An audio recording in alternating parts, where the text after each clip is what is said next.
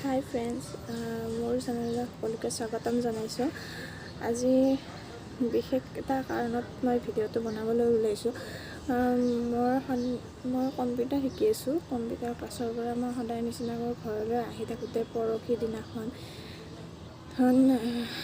সদায় ৰিক্সাতে অহা যোৱা কৰোঁ।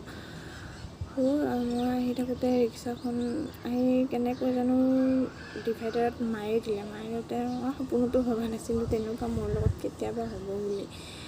এই ৰিক্সাখনৰ পৰা বাগৰি গৈ বহুত বেয়াকৈ দুখ পালোঁ হাতখনত, আৰু ভৰিতো দুখ পাইছোঁ। হাতখন আপোনাৰ কেনেকৈ বুজাওঁ, হাতৰ ইয়াত আপোনাৰ এইখিনি বস্তুত মোৰ বহুত বেয়াকৈ গাঁত হৈ গৈছে, মাংসটো ওলাই গৈ যিটো বস্তু এই হাৰ্ডিটো থাকে, হাৰ্ডিটো দেখা পোৱা হৈ গৈছিলে। বহুত তেজো গৈছে।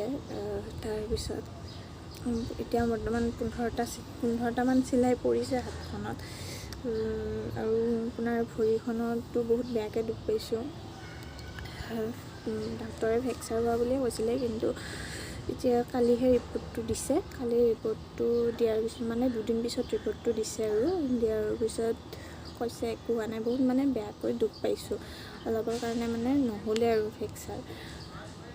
তাৰপিছত আপোনাৰ মোৰ এক্সিডেণ্টটো হোৱাৰ পিছত আৰু মই যেতিয়া ৰাস্তাত ৰিক্সাখনৰ পৰা পৰিলোঁ ন, তেতিয়া মানুহবোৰ এনেকুৱাকৈ গোট খাই গ'ল, কি হৈছে বুলি। চাই আছে সকলোৱে। হাতখনৰ মোৰ বহুত তেজ গৈছে। তাৰপিছত মই নিজেও চাইছোঁ কি হ'ল মোৰ, ক'ত দুখ পালোঁ। তাৰপিছত মই যেতিয়া গম পালোঁ আৰু মোৰ হাতখনত মই দুখ পাইছোঁ বুলি, তেতিয়া মানুহবিলাকে মোক চাই আছে, একো কৰা নাই, মোক উঠাব চেষ্টা কৰা নাই। তাৰপিছত আমাৰ ইয়াৰে ওচৰৰে দুজন খুৰা চিনাকি আছে, তেখেতে মোক ক'লে উঠা বুলি। তাৰপিছত মই তেখেতক ক'লোঁ মোৰ চুৰ্ণিখন নিয়ক খুৰা, নি পেলাই আপুনি হাতখনত মোক বান্ধি দিয়ক। যিহেতু বহুত ছাল গৈছে ন, মই নিজেই দেখি মই নিজেই কিবা হৈ গৈছোঁ। তাৰপিছত বান্ধি দিলে, তেখেতেই লৈ গ'ল ঘৰত। মই ঘৰত নিজে ইনফৰ্ম কৰিলোঁ, ফোন কৰিলোঁ। তাৰপিছত ভাইটি গ'ল, মাহঁত গ'ল। তাৰপিছত সেই খুৰাজনী দেউতাকো ক'লে। তাৰপিছত দেউতাহঁত আহিলে, হস্পিটেল লৈ গ'ল। তেনেকুৱা সাধাৰণতে মই এইটো কাৰণতে ভিডিঅ'টো বনালোঁ। এক্সিডেণ্ট হ'লে আজিকালি প্ৰায়বোৰ মানুহে ভয় খায় নে কি বা চাই ভাল পায়, কিন্তু কাকো একো সহায় কৰিবলৈ নাযায়। সেই সময়ত যদি মোৰ ঠাইত বেলেগ এজনী ছোৱালী হ'ল হয়, কি কৰিলে হয়, কেনেকৈ কৰিলে হয়, কি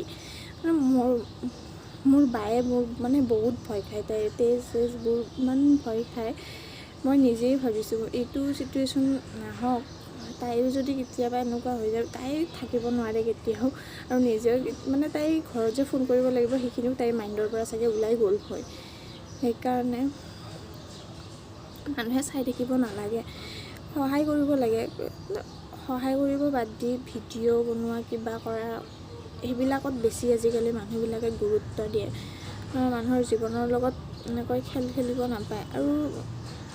আৰু ৰিক্সাবিলাক চলাই তেতিয়া সিহঁতৰ মাজতে এটা কম্পিটিশ্যন লাগে, কেনেকৈ অভাৰটেক কৰি লাগে সিহঁতৰ মাজতো। সিহঁতে এতিয়া অভাৰটেক কৰে, কিন্তু জীৱনটো আমাৰ হাতত।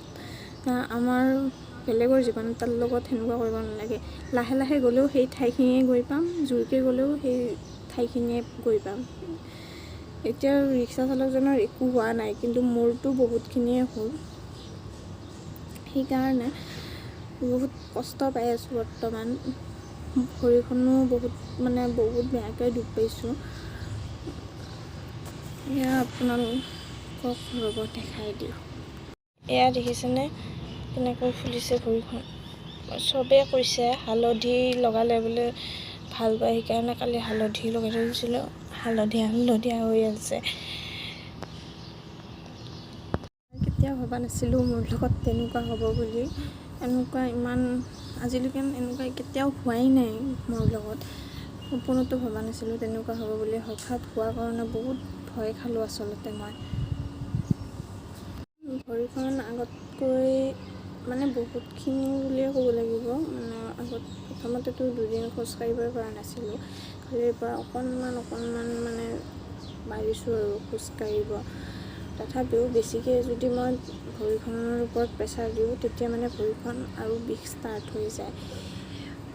এতিয়া হাতখনৰতো ক'বই নালাগে, হাতখন আপোনাৰ চিলাইবোৰ টানি টানি ধৰে আপোনাৰ, সেইকাৰণে হাতখনেৰে একো কৰিব পৰা নাই বৰ্তমান।